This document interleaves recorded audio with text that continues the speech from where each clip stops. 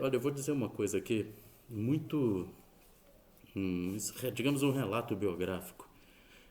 Quando o Piccoli, o professor Piccoli, me procurou com o material desse curso e me pediu para que eu fizesse, então, o, o storyboard, as provas, enfim, que assumisse essa disciplina na primeira vez que ela vai ser ministrada aí, é, eu lendo, então, o livreto que ele escreveu, é como se de repente ele chamasse atenção para uma série de aspectos que eu confesso que eu não tinha me atentado devidamente em qual é o tipo de habilidade que a gente desenvolve quando a gente passa anos e anos estudando filosofia, como é o meu caso.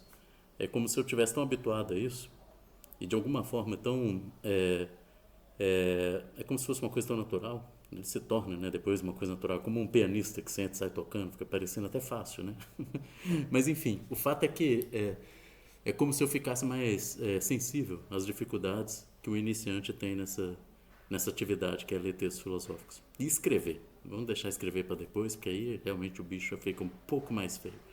É, o, que eu, é, o que eu percebo é que é, nós, filósofos, que, que estamos aí na área há muitos anos, o que nós desenvolvemos é uma habilidade muito fina para pegar qualquer texto, a verdade é essa, qualquer texto, e parece que extrair dele, a gente já imediatamente, na minha cabeça, né? Para começar uma coisa rápida, parece que eu sei o que eu tenho que prestar atenção, eu sei o que eu posso andar rápido. Parece que o tempo todo eu estou muito atenta em qual é a estrutura geral, o que esse autor, né, o filósofo ou a filósofa quer, onde ele quer chegar, qual é o plano, qual é o projeto. É como se a gente só vai saber o que é ou não relevante se a gente começar a entender qual é a ideia geral. E isso é uma habilidade assim que a gente desenvolve.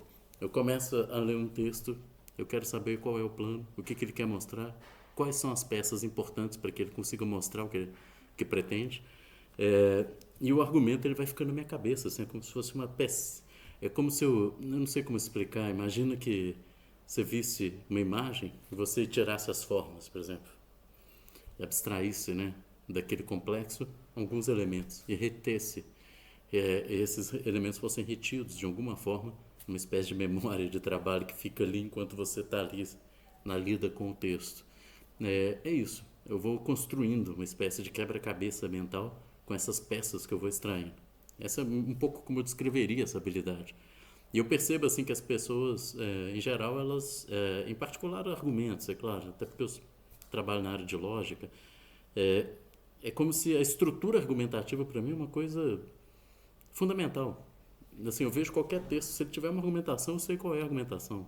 Imediatamente eu começo a ver as premissas, eu começo a ver qual é o tipo, a natureza do argumento, uma dedução de que tipo, tal. Aí eu fico pensando na minha cabeça se é ou não válido, ou o que ele precisaria para poder justificar, sustentar ou não aquele argumento, o que está faltando, enfim, é como se essas habilidades elas vão ficando cada vez mais aguçadas. Eu acho que é parte são esses o conjunto de habilidades que precisam ser desenvolvidos aqui para um leitor competente de filosofia. Ele não precisa só, é claro que essa é parte da habilidade que ele precisa, de conseguir ler e extrair significado de textos, estruturas sintáticas complexas, mas é fundamentalmente extrair argumentos. Talvez esse último passo, né, terceira habilidade, não apenas de conseguir manipular, compreender textos altamente abstratos, com estrutura complexa, estrutura sintática, né, gramatical complexa, mas de conseguir tirar daquele texto o argumento relevante, perceber qual é a argumentação que está sendo feita. Então são esses os três principais desafios, a gente vai falar de cada um deles. Quanto aos conceitos, o primeiro, eu disse que eu ia falar uma coisa rápida, que é a seguinte: é, os é, as palavras, elas, olha só, textos filosóficos. Uma das dificuldades que qualquer um vai ter nessa área é porque a gente precisa entender que a filosofia ela é uma tradição milenar. E a gente está falando aqui da filosofia ocidental, que é o foco desse curso nosso. É uma tradição, na verdade. A própria palavra filosofia tem uma origem no interior dessa tradição, na Grécia, é uma palavra grega, de origem grega, né? E essa longa tradição que que remonta basicamente à Grécia Antiga, e tem aí já seus 2.500 é, anos. Essa tradição, ela vai cortar a história de uma maneira ou numa escala que a gente não está acostumado. Veja bem, se os textos, eu falei que, por exemplo, o desenvolvimento de determinadas tecnologias como celular, etc., mesmo desde o computador, né? Mas em particular agora o celular, ele fez com que a natureza dos textos que as pessoas estão expostas, ele alterou, se tornou mais curto, de uma determinada configuração, eles aparecem em determinados espaços em que o texto desempenha determinados papéis. Então, tudo isso ele foi alterando o tipo da natureza do texto. O texto ele não é uma coisa que existe e sempre foi a mesma coisa. Ele é uma construção cultural que variou enormemente na história. O que eu quero dizer é o seguinte, se nesse intervalo pequeno, assim, você pega só o século XX, ou mais, pega só a segunda metade do século XX até o dia de hoje, até esqueço que a gente está no XXI. Se em 50, 70 anos ele já mudou tanto, tanto, imagine 2.500 anos.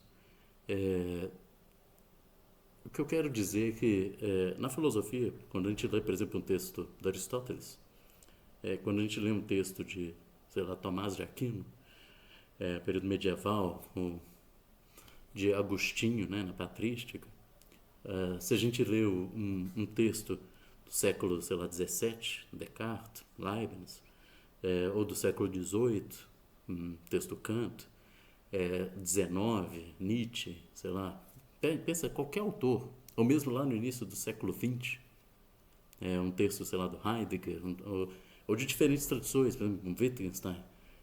Para começar, a gente tem diferentes tradições em diferentes lugares e cortando o tempo numa escala gigantesca.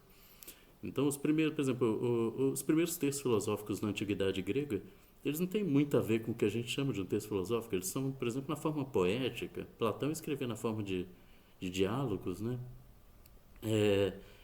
Os textos eles vão ter naturezas muito variadas e num curso de filosofia você é exposto a todos esses textos assim dos mais diferentes períodos, das mais diferentes tradições, escritos nas mais diferentes línguas, o grego antigo, escrito em latim, escrito em alemão, escrito em francês, escrito em tudo quanto é língua, inglês.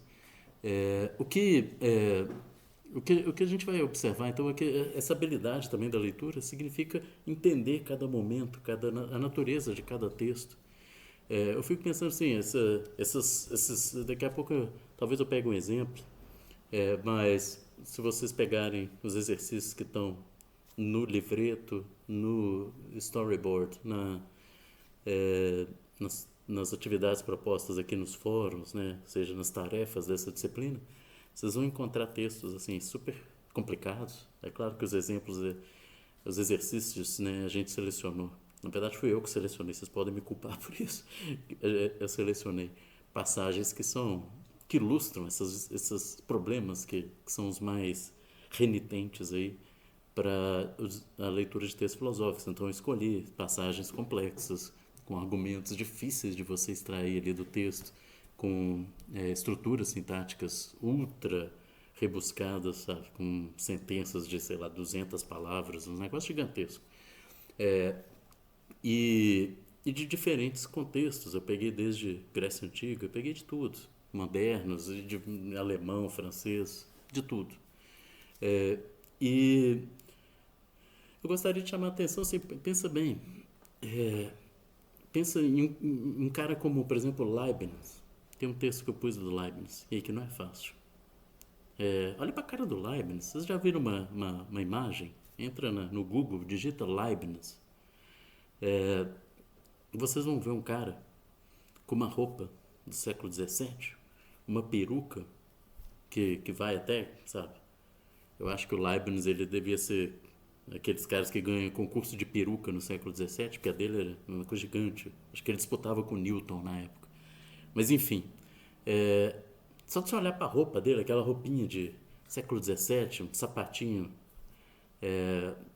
sapato alto, né?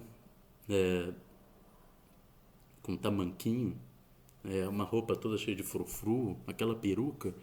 Imagina, se a moda mudou tanto do século XVII até hoje, imagina a natureza dos textos, numa época em que, enfim, que você não tinha internet, não tinha nada parecido com isso, em que o acesso a texto escrito era de uma natureza completamente diversa. E que o cara escreve em alemão, e nem é um alemão de hoje, é o alemão do século XVIII, que alguém fez esse esforço aí de tradução. O que vai chegar para você é uma coisa de outro mundo, entenda isso. Você está lendo o texto do cara da peruca, no século XVII. Ele está num mundo que não existe mais, que mudou muito, muito, muito. E olha que ele é o moderno. Imagina na hora que você pega o medieval. Imagina na hora que você pega Agostinho. Imagina o que é a Roma antiga. Ele estava lá, escrevendo em latim. Um cara que, assim, é difícil de entender aquele mundo dele. Agora, qual é a natureza do texto? Muito antes da imprensa. Pega Aristóteles, nem papel tinha. Aliás, ele nem escreveu, eram os escravos que marcavam, era em pedra. Esse negócio era copiado, etc. É uma reconstrução de fragmentos que foi encontrado aqui e ali. Esse é o texto do Aristóteles, que vocês vão ter que ler num curso de filosofia, porque eu acho que é impossível alguém formar em filosofia sem ler Aristóteles, né? E é um autor genial. Todos esses que eu falei, na verdade. Agora, sem entender a natureza desses textos, é também entender o mundo, de onde eles vêm, etc. São textos assim e sem falar na variação das línguas. O alemão, por exemplo, é famoso por ter estrutura sintática complexa. Eles adoram sentenças longas, o que é uma coisa muito difícil para quem não está acostumado. Então, um leitor proficiente de textos em alemão, ele tem uma maior facilidade para ler sentenças mais longas. Parece que é uma língua que estimula esse tipo de coisa. O inglês, ele é muito mais objetivo, ele parece ter uma natureza, uma tradição, né, de construção textual. E talvez a própria língua, ele facilita, né, ou não, mais ou menos, em algum grau, a construção de períodos mais longos, que vão tornar mais ou menos fluida a leitura. Então, o inglês é uma língua mais objetiva e tal. Se você pega a tradução de textos de inglês para o português, ele sempre diminui. Então, um livro, por exemplo, de 300 páginas em inglês, quando ele é traduzido para o português, ele aumenta, no caso, né? O português é uma língua, tem um palavrório, assim, usa-se mais palavras para dizer as mesmas coisas. É uma língua mais generosa no uso das palavras. Então, um livro de 300 páginas em inglês, quando você traduz para o português, ele tem 350, ele aumenta. E o inverso sempre acontece também. Se você traduz o português para o inglês, ele diminui de tamanho. Porque ele é uma língua que usa menos palavras para dizer as coisas. Então, cada língua também tem a sua natureza sintática, as formas de construção, né, textuais. Isso sem contar a variação no tempo. Que é claro que hoje a gente não constrói textos como Camões, apesar de ser a língua portuguesa, etc. Então, a verdade é que o desafio de ler textos filosóficos é também um desafio de se apropriar, de se relacionar com objetos culturais de diferentes culturas, de diferentes tempos, em diferentes línguas que são traduzidos e que são, assim, numa escala, um arco muito amplo. Poucas áreas. Na verdade, talvez a filosofia é a área, talvez a história. Mas só que a história ela lida com outras coisas, que não só o texto. A filosofia não, é o texto. Que a história ela pode fazer arqueologia, pegar objetos, etc. Agora nós não, nós trabalhamos com texto. Acho que poucas áreas têm essa familiaridade com textos em um leque, um espectro tão amplo historicamente. Então isso parte também do que é o desafio. A gente tem que entender quais são os textos que a gente está diante deles. Eles não são um post de uma rede social. Eles não foram escritos ontem, eles não foram escritos nem na nossa língua. E, enfim, é um negócio que a gente tem que entender qual é a natureza para conseguir também decifrar esses significados, o que está dito ali. Então vamos para. Eu acho que eu me alonguei. Foi uma pequena digressão, mas a gente avança para a unidade 2.